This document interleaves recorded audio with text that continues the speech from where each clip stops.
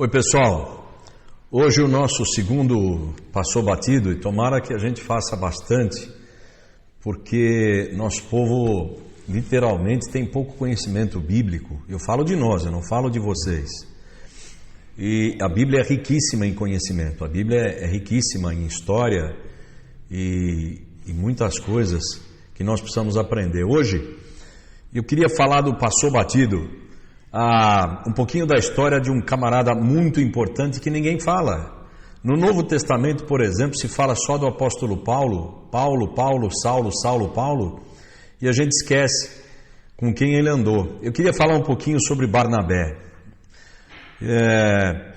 Quem foi Barnabé na Bíblia? Você sabe? Você já estudou Barnabé? Ele é tão importante quanto Paulo. É interessante que a gente canaliza tudo para uma situação ou para um personagem só.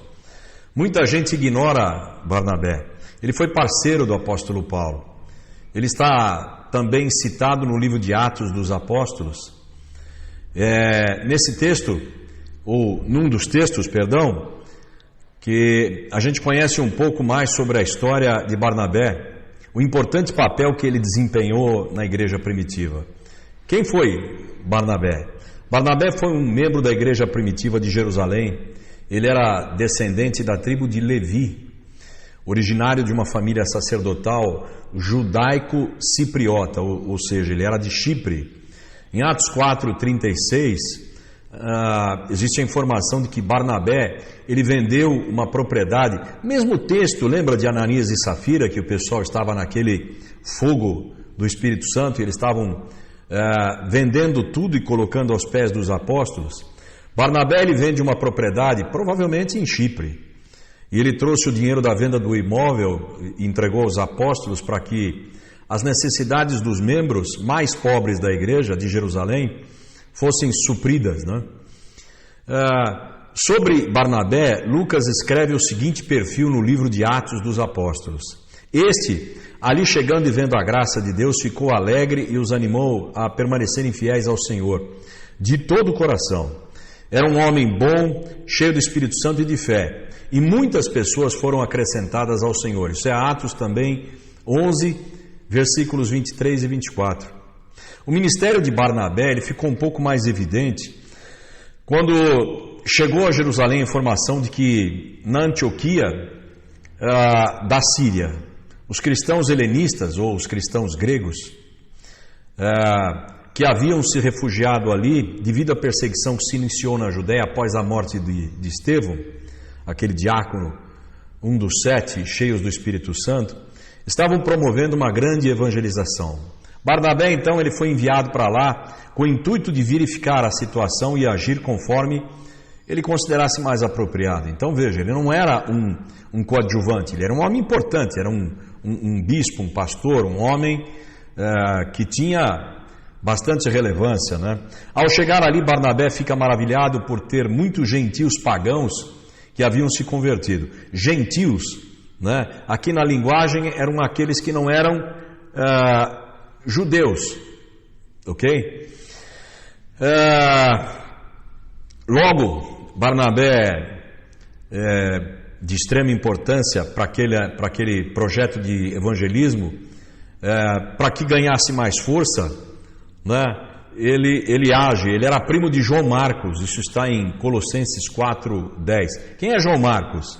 É um dos escritores dos evangelhos, Mateus, Marcos era João Marcos.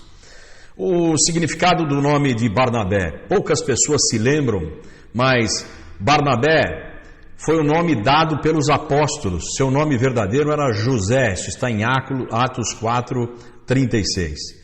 Lucas interpreta o nome Barnabé como sendo o filho da consolação ou filho da exortação. Na verdade, etimologicamente, ou seja, a explicação do nome não é muito fácil. Envolve alguma dificuldade com a transcrição do grego, né? A gente sabe que naquele tempo o grego era muito forte, não só o hebraico, o aramaico, mas o grego era uma língua, como hoje é o inglês, era uma língua de extrema importância, né? O importante é que Lucas, ele não se concentrou nessa questão da etimologia, ou seja, da explicação do nome, nem mesmo se propôs a apresentar uma explicação detalhada sobre o assunto. O objetivo de Lucas era indicar o caráter do personagem. Isso foi cumprido, né? Paulo e Barnabé. Barnabé teve uma contribuição significativa no ministério de Paulo. Em Atos 9:27, ele apresenta e recomenda Saulo de Tarso aos apóstolos, quando este retornou a Jerusalém no 3º ano após a sua conversão. O pessoal era meio pé atrás com Paulo, ou com Saulo, que seja. Depois a gente vai trazer uma explicação sobre essa questão do nome Saulo-Paulo, né? Que existe também muito questionamento sobre isso. Os cristãos de Jerusalém, eles estavam desconfiados sobre esse tal de Saulo, né? Muitos já pensavam que ele era um espia, né? Afinal ele muda de lado assim. Então Barnabé, ele convence de que Saulo era realmente um convertido, era um verdadeiro cristão. Diz assim o texto de Atos 9:27.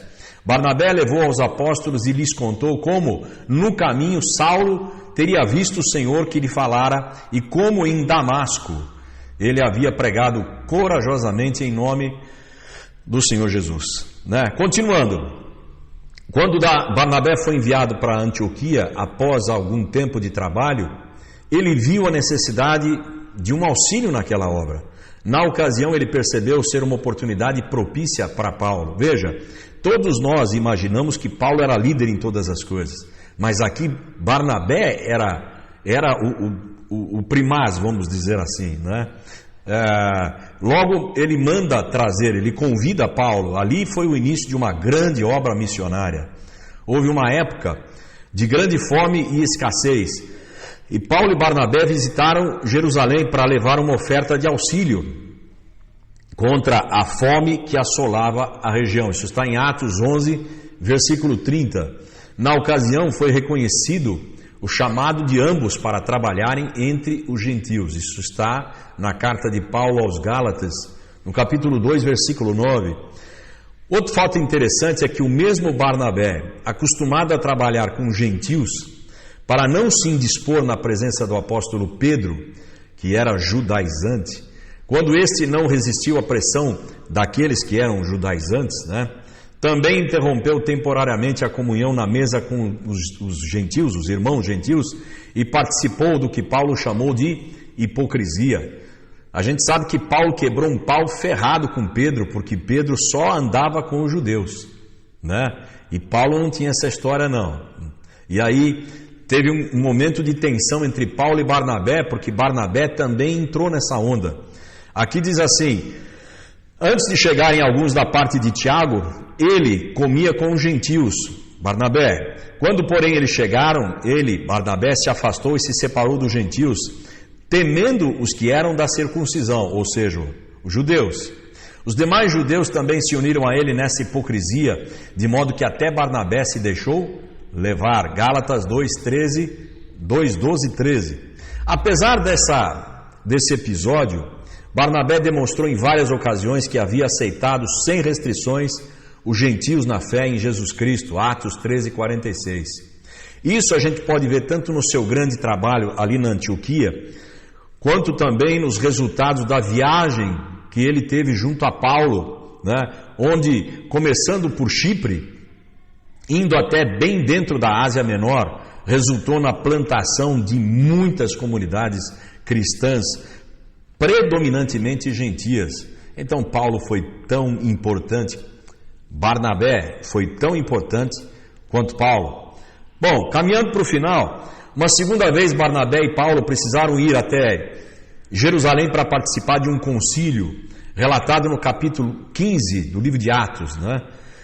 Ali foi discutido e decidido como os líderes da igreja de Jerusalém, a maneira a qual os gentios convertidos seriam admitidos dentro da igreja. Complicado isso, hein? Na época, grupos de judeus estavam forçando cristãos a observarem os costumes judaicos, a se converterem ao judaísmo, né? Ficou certo nesse concílio que isso devia ser combatido e que os cristãos gentios não tinham qualquer obrigação a esses costumes. Na primeira viagem de Paulo e Barnabé, até um determinado momento, Barnabé era o líder. Olha que coisa impressionante, interessante, né? Passou batido, né? Após o abandono do seu primo João Marcos, que desistiu da viagem e voltou para Jerusalém, nitidamente Paulo assume a liderança. E ali há um desentendimento, literalmente. João, ou Marcos, ele causa um impacto até mesmo na segunda viagem planejada por eles. Barnabé insiste que Marcos deveria ser incluído na viagem, mas Paulo não aceita, o que acaba dividindo o itinerário da viagem com Barnabé. Barnabé fica em Chipre, isso está em Atos 15, 36, 40. Deve ter havido uma bela de uma discussão, uma briga ali, né? Paulo seguiu com os seus planos e Silas foi quem o acompanhou. Mesmo tendo tomado rumores diferentes, ou rumos diferentes, a amizade entre Paulo e Barnabé não foi desfeita, né? Todas as vezes que Paulo se refere a Barnabé, ele tem demonstrado respeito, afeição e estima, reconhecendo-o como seu companheiro missionário para os gentios, 1 Coríntios 9,6. O próprio Paulo, anos mais tarde, escreve a Timóteo. Paulo já deveria estar sabendo que ia ser morto, e ele pede que João Marcos fosse encontrar com ele, pois ele acreditava que ele seria muito útil para o ministério. Isso está em 2 Timóteo 4,11. Isso pode significar que Barnabé fez um tremendo trabalho preparando João Marcos, né? A gente nunca vai saber o quanto Barnabé foi útil ou contribuiu para esse grande ministério de Paulo, né?